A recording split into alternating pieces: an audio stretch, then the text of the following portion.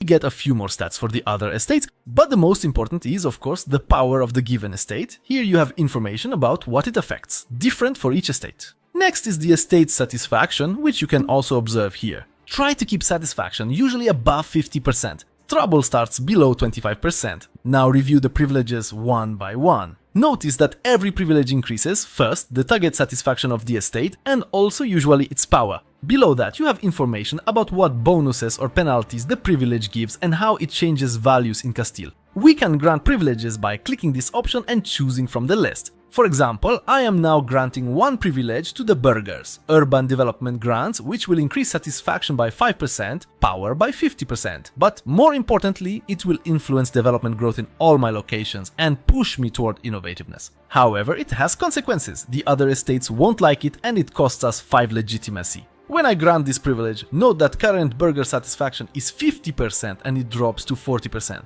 Grant the privilege, it raises satisfaction by 15% to 65% and the target satisfaction will drop to 45%. Satisfaction in the other estates falls only temporarily, so the approach of granting privileges in order to tax estates more heavily is sensible. In emergencies, there is an option to improve an estate's current attitude by 10%, but it always costs a lot of gold, more so the stronger the estate. The last thing we can do here is revoke a privilege. Unfortunately, you'll then pay a stability cost. That cost will be larger the stronger the estate is, 147 for the nobility, for burghers only 27.